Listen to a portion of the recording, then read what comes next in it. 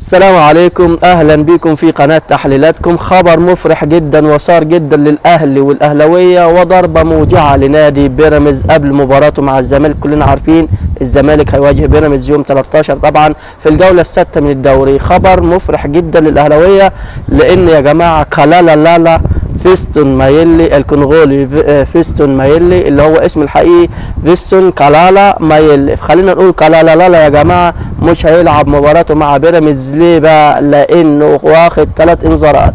خد في مباراه البنك الاهلي امبارح انذار اصفر، قبليها كان واخد انذار في مباراته مع انبي، قبلها كان واخد انذار ثالث في مباراته مع حرس الحدود.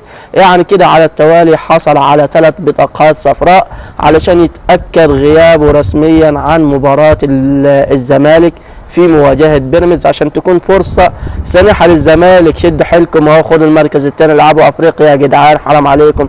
المهم الزمالك مش هيقدر في موقف لا يحصل عليه، لا يقدر يفوت ولا عاوز يفوز علشان طبعا مصلحة النادي الاهلي. فهو دلوقتي في مأزق بجد. دلوقتي الحمد لله بعد المستوى اللي ظهر بيه والنكسة اللي انتكسها طبعا بيراميدز في المباراة الأخيرة من فاركو، قبل الأخيرة من فاركو، وبعدها الهدية الجميلة من البنك الأهلي. مقبولة يا عم بنك، مقبولة منك الهدية للنادي الأهلي. طبعا أي حاجة فيها اسم النادي الأهلي حلوة، تمام.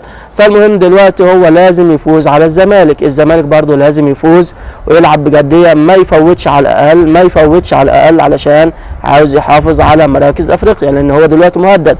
البنك الأهلي دلوقتي في المركز الرابع، في حال خسارة الزمالك ممكن هو يوصل للمركز الثاني، خاصة ممكن الزمالك ينزل للمركز الرابع. مصر أيضا لو فاز بدل ما هو في المركز الخامس يصعد تاني للمركز الرابع.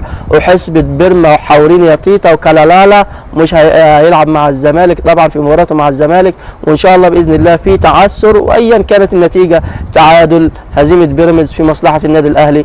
أيضا لو الزمالك فوت برضه هنحفل أيضا في مصلحة النادي الأهلي، لأن دلوقتي النادي الأهلي مصيره في دي والدوري في الجزيرة. وشكرا طبعا يا بيراميدز على حسن تعاونكم معنا، وشكرا يا زمالك على حسن تعاونكم معنا، والف شكر طبعا بجد لفاركو طبعا البرشامه، وايضا للبنك الاهلي. زي ما بنغني اغنيه البنك الاهلي يا جماعه، بنكاوي انا والقرض ليا، انا نادي الفيزا في القاره هو ناديه. السلام عليكم، ما تنسوش الدعم المجاني، الاشتراك في القناه والاعجاب بالفيديو علشان يوصلكم كل جديد، تفعيل زر الجرس على اشعارات الكل.